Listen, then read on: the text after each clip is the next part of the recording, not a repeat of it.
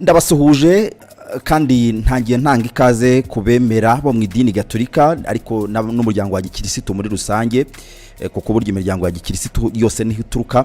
Uyu munsi nibwo ni inkuru yihutirwa ariko yakababaro ubuzima bwa Papa Francis wari uri mu bitaro yitabye Imana. Papa Francis yitabye Imana yarari mu bitaro kuva ku itariki 14 z'uku kwezi nibwo batangiye kutubwira ko yajyanywe mu bitaro ariko kandi nyuma baza kumukorera ikiriyo cyo kumusezeraho akiriho.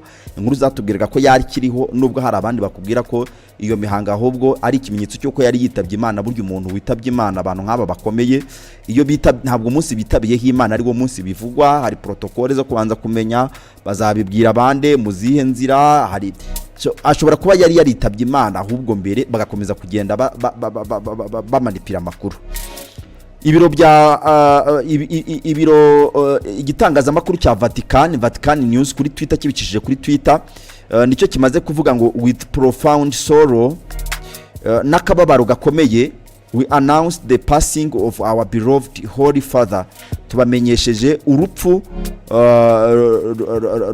rw'umubyeyi wacu Holy Father nyine Holy Father twakundaga cyane papa nyine George Mario Bergoglio yitwaga George Mario Bergoglio niyo mazina ye yiswe n'ababyeyi ariko nyine ni Papa Francis. Pope Francis entered into the eternal rest today at 1939 ubwo ni 7:39 PM. Ubwo bari kutumenyesha ko Papa Francis yitabye Imana ku isaha y'isa moya n'iminota 39 mu kanya gashize nibwo ashize mu mwuka. Aguye mu bitaro bya Agostino Gemelli University Hospital in Rome. Aguye mu bitaro byitiriwe Agostino Gemelli mu bitaro bya kaminuza Agostino Gemelli biri Roma.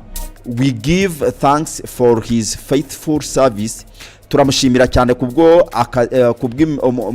umurimo w'ubudahemuka, umurimo yakoranye ubudahemuka, and pray for the repose of his soul. Tukaba tugiye gusengera rero ukuruhuka kwa roho ye. Thank you for your unwavering guidance. Abwo n'ubutumwa bashyize ku ifoto ye. Inkuru y'ikinyamakuru irarangiye ariko Papa Francis nakubwira ko yavutse mu 1936 akaba apfuye none ku itariki 23 z'ukwezi kwa kabiri 2025. Baravuga rero bati thank you for your unwavering guidance, compassion and service to the church. Warakoze cyane kubw'akazi kawe wakoreye kiliziya. Rest now in the eternal embrace of God's love. Uruhukire mu rukundo rutagereranwa rw'Imana. Nkuko narimbi kubwiye rero muri hangana mushobora kuba muri kunyumva ndimo ndavugira uruhande rw'imashini iri hirasakuza ariko kuko aya makuru nyine turimo turasiganwa n'igiye kugira ngo muryame muyamenye murabyihanganira. Narimbi babwiye rero ko hari hashize igihe inkuru zo kujyanwa mu bitaro kwa Papa Francis ziri gutangazwa aho bwandi kugira ngo mbirebe neza nibyo mu minsi yashize guhera ku itariki 17 nibwo bari batangiye z'uku kwezi nibwo bari batangiye kutubwira ko uyu mushumba wa Kiliziya Gatolika yari yajyanywe mu bitaro bya Agostino Gemelli Polyclinique by'i Roma nyine bimwe maze kubwira bya kaminuza aribyo byari biri kumwitaho ariko bakavuga karembye cyane ndetse bavuga ko ashobora kuzamara mu iminsi muri ibyo bitaro. Kuva ku itariki ya 14 inkuru nibwo zatangiye kwandikwa kuri 17 ariko ku itariki ya 14 Gashyantare nibwo Papa Francis yajyanwe muri ibitaro bya Agostino Gemelli Polyclinique by'i Roma. Niho yarari gukurikiranwa ku ndwara y'ibihaha izwi cyane nka bronchite nkuko Vatican yari yabitangaje. Ku itariki ya 17 noneho byagiye kuhagera nubundi Vatican iri kuvuga ko ubuzima bw'uyu mushumba w'imyaka 88 butari bumeze neza, bakavuga ko yarakomeje kuremba ndetse ko yarasanzwe ko baje kumusangamo ya ndwara ya indwara bita infection polymicrobienne ni indwara ifata inzira y'ubuhumekero aho byanasabye ko ahindurirwa imiti icyo gihe umuvugizi wa Vatikani bamwita Matteo Bruni yaje kuvuga ko Papa Francis azakomeza kuvurirwa mu bitaro kandi kashobora no kuhamara indi minsi bitewe n'ibisubizo by'ibizamini byafashwe, hagasangwa ko ikibazo baza gusanga ko ikibazo gikomeye ndetse ko gikwiriye kwitabwaho mu buryo bwisumbuyeho. Baza kuvuga ko rero Papa Francis yajyaga yobora baza kuvuga nyine ko misa Papa Francis yajyaga yobora nibyo buri wa gatanu w'icyumweru kihagaritswe muri iki cyumweru kuva ku itariki 17 kugeza none iyo misa ntabwo yari iri kuba kuko yari yanasabiwe gufata ikiruhuko gihagije. Umushumba mukuru wa Kiliziya Gatolika yakunze kujyanwa muri ibi bitaro yararwariyemo mu myaka yashize, nko mu mwaka wa 2023 nibwo yari yabazwe mu nda. Mu minsi ishize nibwo iyo ndwara y'ibihaha yaje kugaragara ndetse ubwo yajyaga gusoma imbwirwaruhame n'ubundi butumwa bwari bugenewe abantu baba bateganyijwe, habaga hateganijwe ubimukorera kuko we yari afite intege nkeya. Papa Francis ku myaka 88 yaranzwe no kurandwa n'indwara z'ubuhumekero igihe kinini, ndetse mu myaka ye y'ubutoya yigeze kurwara n'indi ndwara y'ubuhumekero iyo bita pneumonia, pneumonia ngira ngo mu gifaransa ariko babisoma pneumonia, nyuma y'igice cy'igihaha kimwe, igice kimwe cy'igihaha cye kiza gukatwa. Urumva ko ari uburwayi bukomeye uretse ko nyine baba ari abangaba bafite uko babaye, hari ku wundi uyirwaje uwo mu buzima bworoheje nawe urumva ko byakubera ibindi. Nyuma bakomeje kujya agenda batubwira abashinzwe umutekano we bakajya batubwira ko ubuzima n'ubundi bukomeje kumukomerana kugeza ndumva mu musibejo nibwo inkuru mu binyamakuru twari turi kuzibona batubwira ko n'ubundi byanze mwabira bitaro Agostino Gemelli Polyclinique yararwariyemo by'Roma, batangira no gutegura umuhango wo kumushyingura kuko bagaragazaga ko agiye ko gukira bigoye. Aha rero niho kuri itariki 20 nibura nibwo nakubwira ko maybe karibwo Papa Francis ashobora kuba yarashize mu mwuka ibyari bisigaye zikaba zari protocol, kuko sintekereza ko abo mwishengero Kiliziya aribo batangira gukorera imihango umuntu urwaye. Kandi urumva mu nkuru niyo wadukurikira aho twatangiye mu nkuru ze zo hambere bari kuvuga ko wenda reka bashaka umuntu uraba umusomerera ya misa, reka babe bayihagaritse kuko babona gukira bizatinda. Vatikani ndetse niba naramuka navuye mu bitaro azakenera umwanya uhagije wo kuruhuka. Nukurikirana uko inkuru ziri gukurikirana urasanga ku itariki 20 uyu muntu yari Papa yari yapfuye. Amakuru aravuga kandi ko mu binyamakuru nk'ikitwa Blick cyo mu Busuwisi ku itariki 20 baje gusohora inkuru uvuga ko nyine abashinzwe umutekano wa Papa bari bashyizwe muri gahunda yihariye yo gutegura umuhango wo kumushyingura. Amakuru icyo gihe iki kinyamakuru cya Blick cyari kiri kuvuga ko iyi gahunda yashyizweho nyuma y'uko Papa bwiyaba muri hafi kabona gukira kwe kugoranye, bityo bakaba bagomba gutegura umuhango wo kumuherekeza. Papa yigeze gutangaza ko yamaze gutegura umuhango wo kumushyingura, gusa avuga ko azashyingurwa ndetse ko nimba ye bigomba kuba bitandukanye cyane n'iby'abandi. Ku itariki 14 Gashyantare nibwo baje kumujyana mu bitaro Gitaraganya nyine bya bindi nakubwiye bya Gemelli. Ibi bitaro nabyo bifite ibigwi kuko ibi bitaro nakubwiye ko bifite umwihariko, reka tuze tubirebeho nabyo wenda bari nabyo tunasorezaho breaking news, nta mpamvu yuko tuyifataho umwanya. Papa Francis amazina ye y'ababyeyi nakubwiye ko yari yariswe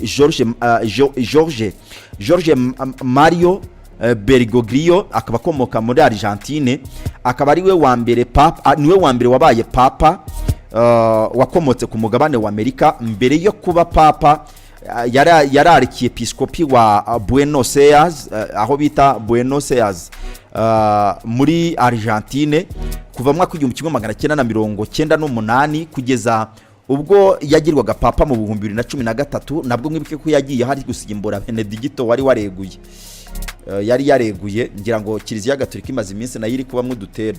So icyo nakubwira rero ibi bitaro bya Gemelli by'Roma nyine ni ibitaro byubatswe n'umwe,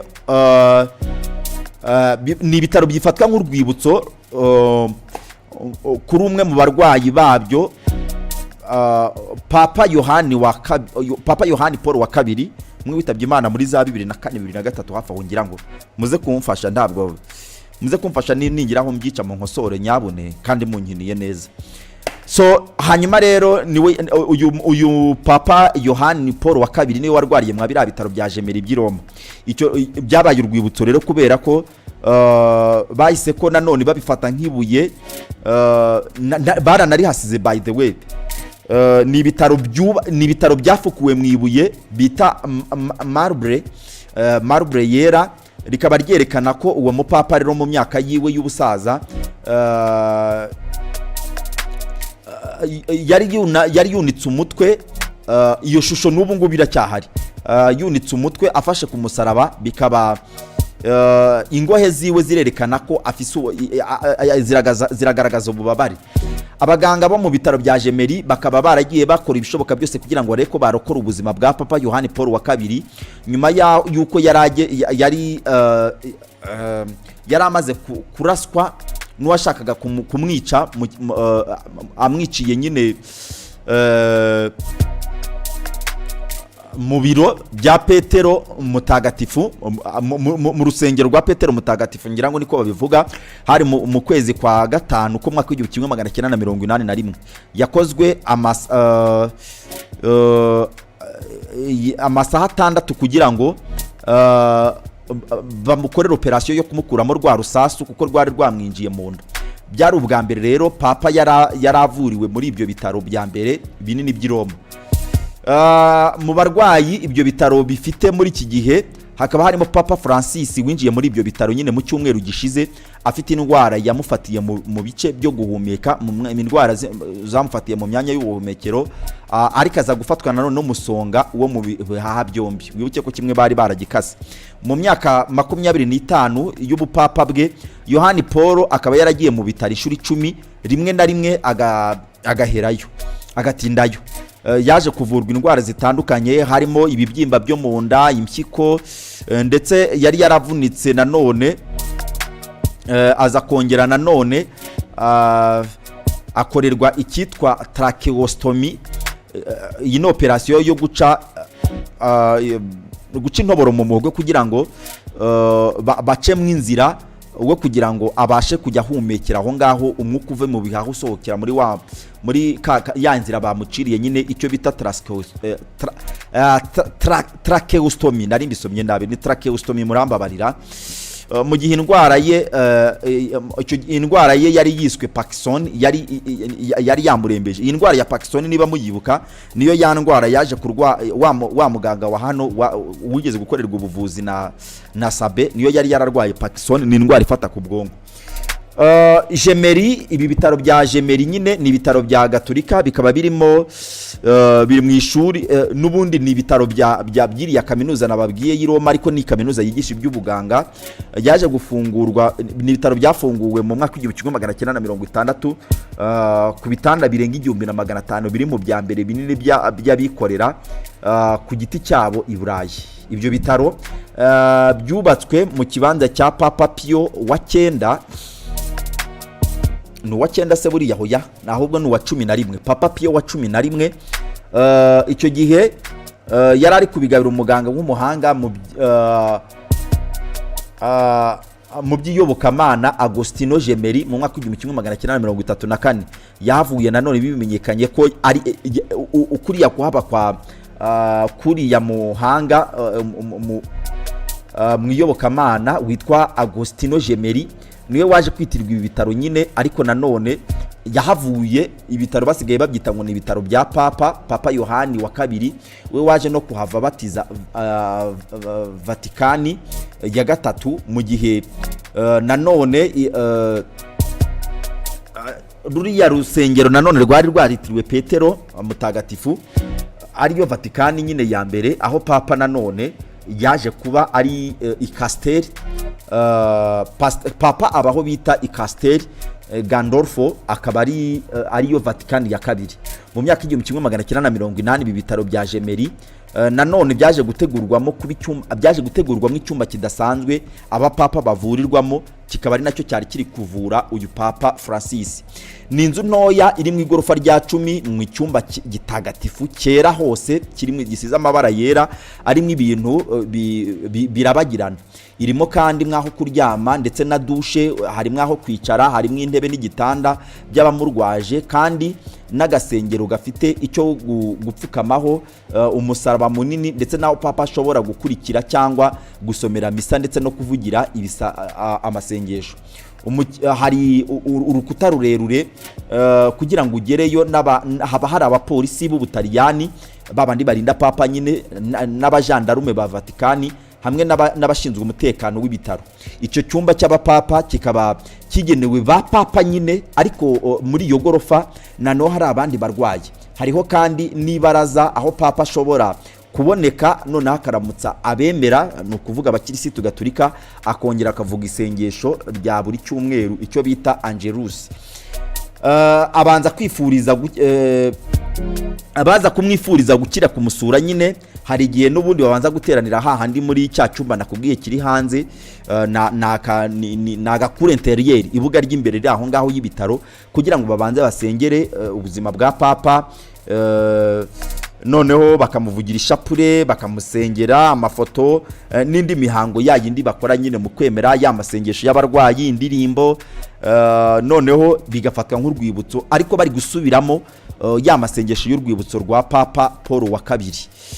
Ikindi nakubwira nuko bizwi neza ko Papa Benedicto wa 16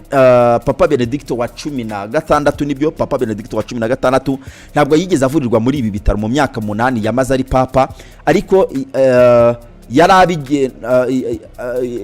yarabisuraga mu gihe ubwo bavukana, ahubwo we yahavuriwe mu 2014. Papa Francis akaba maze apfuye, yitabye Imana, atabarutse mu kinyabupfura cyiza, murambabarira, atabarutse ari kuvurirwa muri ibi bitaro bya Jemeri. Ni umwe mu bantu bavuriwe muri ibi bitaro bya Jemeri kenshi ako gasevara kajyanye. Mu 2013 akaba yarakozwe mu 2013 nibwo yinjiye mu kazi, nabwo muri uwo mwaka yagiye kuvurirwa muri ibi bitaro, ariko havurirwa indwara n'ubundi y'ubuhumekero, kuko yari afite ibibazo mu nzira z'ubuhumekero. Mu 2023 nanone asubirayo arabagwa mu nda muri uwo mwaka nyine. Akaba rero yagiye ashimira abaganga mu bihe bitandukanye, avuga ko bamushimiye. Ikindi kandi akaba yaragiye asohoka mu bitaro ahabatirije umwana wavukiye muri ibyo bitaro, mugenda aho yarari kuhavurirwa, ndetse akanasangiza pizza n'abaganga biwe, abaforomo, abafasha n'abandi bashinzwe umutekano wa Vatikani. Yagiye arwara izindi ndwara z'umusonga. Ikindi muri izi ntambara, muri iki gihe cy'amakimbirane, yagiye yumvikana mu gihe cy'intambara iri kubera mu burasirazuba bwa Kongo, ari gusaba ko habaho ibiganiro mu gihe cy'intambara mu gihe cy'intambara y'Uburusiya na Ukraine. Nawe yagiye yumvikana cyane, ndetse afata n'inzira ajyayo, nkaho icyo gihe mu 2022 we yagerageje kujya hagati n'Uburusiya kugira ngo intambara yari yatangijwe n'igitero cy'Uburusiya cyafashwe nk'igitero cy'ubushotoranyi cyo gutera Ukraine, ari gusaba ko habaho inzira y'ibiganiro. Icyo gihe hari ijambo yigeze kuvugira muri kiliziya, ari kuri Noheli, Papa Francis avuga ko hakenewe kubaho ibiganiro kugira ngo barebe ko intambara ihuje impande zombi yarangira mu mahoro. Nanone kandi akaba yaragiye yumvikana ari gusaba ko habaho ibiganiro mu gihe hari ibitero by'Uburusiya byagiye biba mu gihe cya Noheli, bikaba abakirisitu bari gusenga, bamwe bakagwa mu nsengero. Papa Francis rero akavuga ko ababajwe n'izo ntambara. Nanone Papa Francis yaje kunenga ikindi gitero cyabaye mu mwaka washize wa 2023, avuga ko hari kuri Noheli n'ubundi, avuga ko bahagarika intambara yari kubera hagati ya Gaza na Isirayeli biturutse kuri uriya mutwe wa Hamas kuri cya gitero cyo ku itariki 7 z'ukwezi kwa 10 2023. Ikindi nakubwira nuko nakubwira ko uyu Papa Francis higeze gukorwa iperereza, bavuga ko ubwo yari ari mu rugendo muri Iraq, bavuga ko hari hateguwe igitero cyo kumwivugana. Icyo gihe abaganga ndetse n'iperereza ry'Ubwongereza nibo baje kubishyira habona mu gitabo ku buzima bwiwe cyaje gusohoka. Papa rero Papa yanditse ko amaze kururuka indege Baghdad mu kwezi kwa gatatu kwa 2021 yabwiwe ko ahari hari kubera urubanza byari biteganijwe ko aza kwitaba hari ibyihebe bibiri byari byiteguye kuza kuharasa amabombe ndetse bari bafite umugambi wo kwatera amabombe kugira ngo bivugane ubuzima bwa Papa Francis. Icyo gihe abiteguraga kugaba icyo gitero bombi baje gutegwa nabo baricwa nk'uko byaje kugaragazwa nyine muri icyo gitabo ndetse n'ikinyamakuru cyo mu Butaliyani cya Corriere della Sera nicyo cyatangaje ayo makuru. Muri urwo rugendo rwamaze iminsi 3 mu gihe nanone muri cya gihe cy'icyorezo cya coronavirus rwari urugendo rwa mbere yaragiriye umupapa yarakoreye mu bihugu by'abayisilamu muri Iraq, kuko icyo gihe rwanenzwe na bamwe mu bakomeye muri Kiliziya Gatolika batavuga rumwe nawe, bari kuvuga ko urwo rugendo ubundi rudasanzwe ari gusomana icyo gihe na perezida wa Iraq, murabyibuka. Mu myaka myinshi rero ya mbere yaranzwe intureka ifatiye ku macakubiri y'amadini n'ukwemera muri Iraq, bo bagendaga nyine bifatwa nk'abayisilamu b'abashia n'abasuni muri za ntambara zihari, ariko papa wakabibona ko ibyo nta mpamvu zihari. Abakirisitu bo muri icyo gihugu bari baragabanutse cyane, ndetse mu gihe bari gutotezwa byihariye kubera wa mutwe wa Islamic State wabicaga cyane kandi ugafatwa nk'intagondwa z'abasuni. Urugendo rwa nyuma yaherukaga muri bihugu bya Afurika ni muri Repubulika ya Demokarasi ya Kongo, igihugu yasuye mu mwaka ushize mu ntangiriro zawo. Ahandi rero byagiye bivugwa ko azaza mu Rwanda, ariko intambara yayo mu 2023 ngira ngo nimwe yabaye urwitwazo ko bavuga ko agomba kuza, noneho uruzinduko rwe rukabera muri cya kibaya cya Goma, cya kibaya kiba hagati ya Goma na Rubavu niho rwagombaga kubera, ariko ntabwo yabaye akiza. Hakaba na superstitions, bya bindi y'amagambo bajya bavuga ngo iyo bigenze gutya biba gutya, imvura yaguye yari kuri asomusi y'imvura iragwa, umunsi wijyanwa mu ijuru rya Bikira Mariya imvura iragwa, Apple Rayon Sport imvura iyo byakinnye imvura iragwa. Ibyo nibyo twita superstitions. Muri ibyo bintu by'imigenzo rero bavuga ko n'ubundi papa aho yasuye intambara iba. Repubulika ya Demokarasi ya Kongo byaba umwihariko kubera ko yahasuye n'ubundi mu gihe cy'intambara nta mwihariko urimo, ariko icyo twafata nk'umwihariko nuko ubwo yazaga mu Rwanda muri cya gihe cya za 90 n'imisago mu nyibutse nimwe bakuru mwibuke ko icyo gihe intambara yabaye. Papa Francis rero nk'uko nabibabwiye akaba yaragiye kuri ubu butegetsi bwa Kiliziya Gatolika asimbuye Benedicto wa 16. Uyu mukambwe w'imyaka 95 Benedicto wa 16 yaje gusezererwa ku mirimo mu mwaka wa 2013 nyuma y'igihe gito yasimbuye Papa Yohani Paul wa II.